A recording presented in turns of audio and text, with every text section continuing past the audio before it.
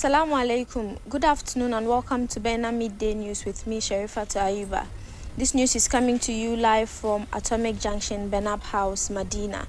Coming up in the headlines, African journalist commits to supporting parents to improve their children's health.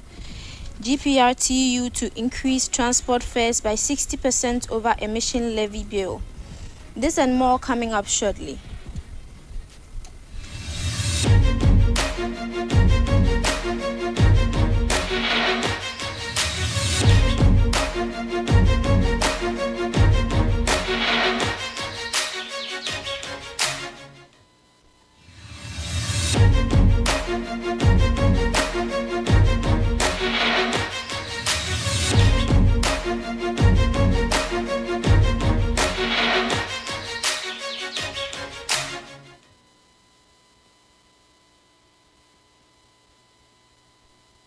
Thank you for staying with us. Don't forget we are streaming live on Facebook and on YouTube at Bena TV. Now the news in details. The African Media Network for Promotion of Health and Environment, REMAPSEN, has committed to supporting parents in their quest to improve their children's health and to advocate better consideration of issues affecting children's health. The resolutions were arrived at the end of a 3-day workshop recently held in Lomé in collaboration with UNICEF on child health promotion, immunization and nutrition. Members of the network, with representation in 30 African countries, have also resolved to make greater use of specialists from UNICEF and its partners in processing information on child health than they have done in the past on their media networks. This will be done through media content creation as well as news and current affairs programming in various media organizations in the respective countries of members. The network has also agreed to increase the number of gender setting on issues relating to children's health as a way of becoming more involving in the promotion of child health. Taking the media network through the state of child health promotion in Africa, UNICEF Chief of Health Madagascar, Alexander Boone, said even though 12% of the world's children live in West Africa and Central Africa, the region bears a disproportionate share of the global burden of children's rights deprivation. Citing research by the fund, Mr. Boone attributed the phenomenon to several existing and emerging challenges and shocks in the region. Among the challenges and shocks are the COVID-19 pandemic, population growth and urbanization, debt crisis, climate change, political instability, migration, trafficking, inequality and poverty. There is also institutional fragility, insecurity, and Ukraine crisis. He emphasized the need to make optimum use of community health care providers with the effect and efficient supervision of medical doctors for education and awareness, creation of child health among the local community members. He was sure that with the support of the African Media Network, there will be an involving parental and governmental attitude towards issues affecting the health of children.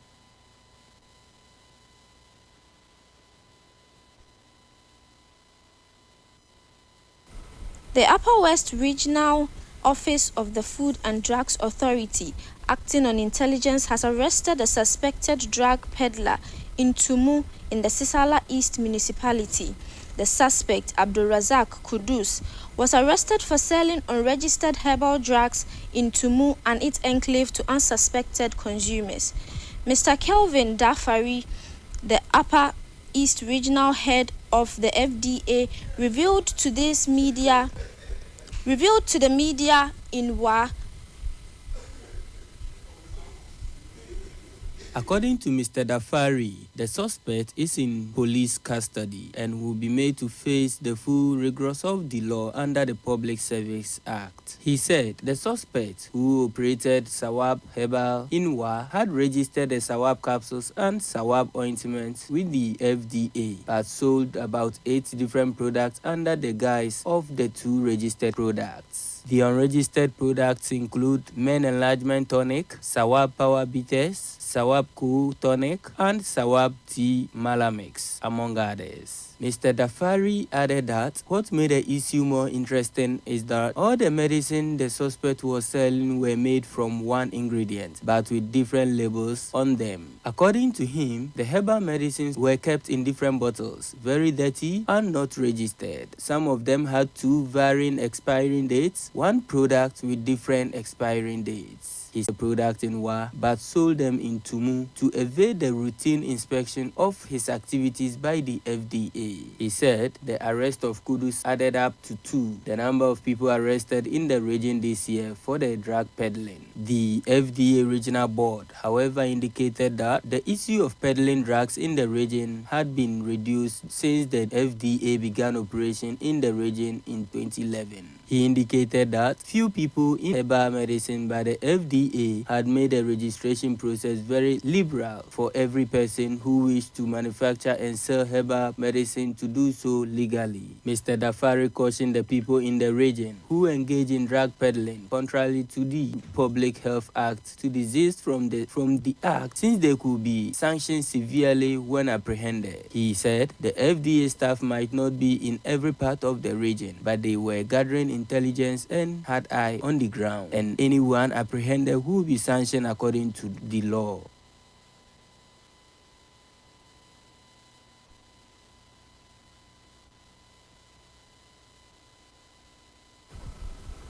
The Ghana Private Road Transport Union has threatened to increase transport fares by 60% in 2024 as soon as the emission levy bill takes effect in January 2024. The spokesperson of the GPRTU, Abbas Imoro, made this known in an interview with the media in Accra. The emission levy bill, passed by Parliament, imposes an annual charge of 100 Ghana cedis on all owners of petrol and diesel cars starting from January 2024.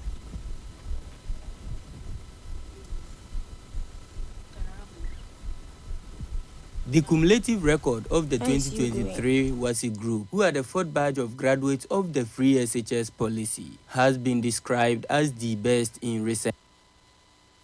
The government's objective with this tax is to encourage the use of environmental-friendly energy sources for vehicle power, aligning with its commitment to climate-positive actions and carbon offset initiatives. According to Mr. Muru, the union is already burdened with taxes. Therefore, adding another tax will not be favorable. He noted that the union has written to the Speaker of Parliament for the House to consider a review of the emission levy bill. He said in the letter, they indicated that if nothing is done about it, they will increase the lorry fare by not less than 60%. These adjustments will enable the drivers to cope with the economic burden they may raise from the new tax. Earlier, minority in Parliament opposed the passage of the emission levy bill, saying the tax was not well thought through. Describing the levy as VCA tax, they argued that the tax imposed on all commercial vehicles, private vehicles, ambulances, commercial motorcycles, and tricycles will worsen an already dire economy situation in the country. But Energy Minister Dr. Matthew Opoku Prempeh, in defense of the bill, noted that the world is moving from internal combustion vehicle, and this new levy will help to propel the country to the new era of electric vehicles.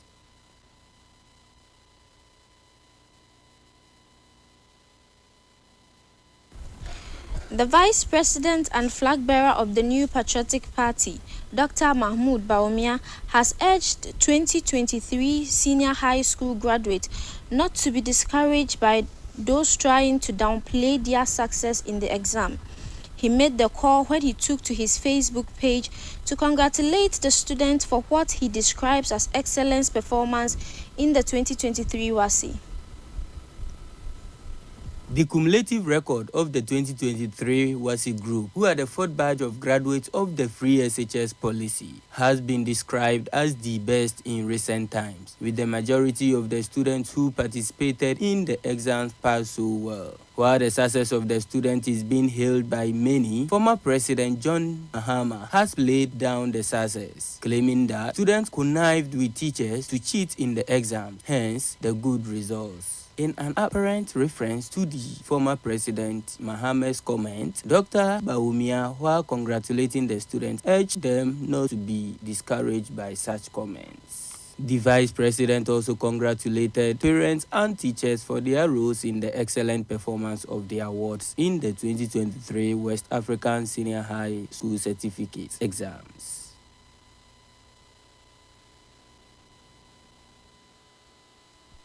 Moving on to sports, the Ghana Football Association has cancelled the international friendly match between the Black Stars and the Botswana senior national team. The game, which was scheduled for Monday, January 8, 2023 in Johannesburg, has been cancelled following a change in plans for the Black Stars pre-tournament camp ahead the 2023 Africa Cup of Nations. Instead of camping in South Africa from December 31st, 2023, the Black Stars will now be based in Kumasi starting from Tuesday, January 2nd, 2023. The decision to change the camp's location was made after a review meeting between the Black Stars management and technical team. The technical team requested a quicker and more fluid training environment, which led the switch to Kumasi. As a result of the change in plans, the international friendly match against Botswana, scheduled for Monday, January 8, 2023, in Johannesburg, has been cancelled. The GFA is currently searching for a replacement of opponent for the team as part of their preparations for the tournament, which begins in January 13, 2024. The training session in Kumasi will be closed to the public and media, with the exception of a single session that will be open to the media. A post-match press conference will also be held after the friendly match.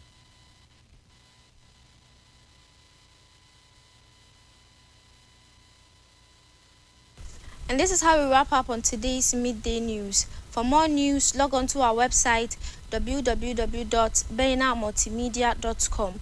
My name is Sherifatu Ayuba. Enjoy the rest of our programs. Assalamu alaikum.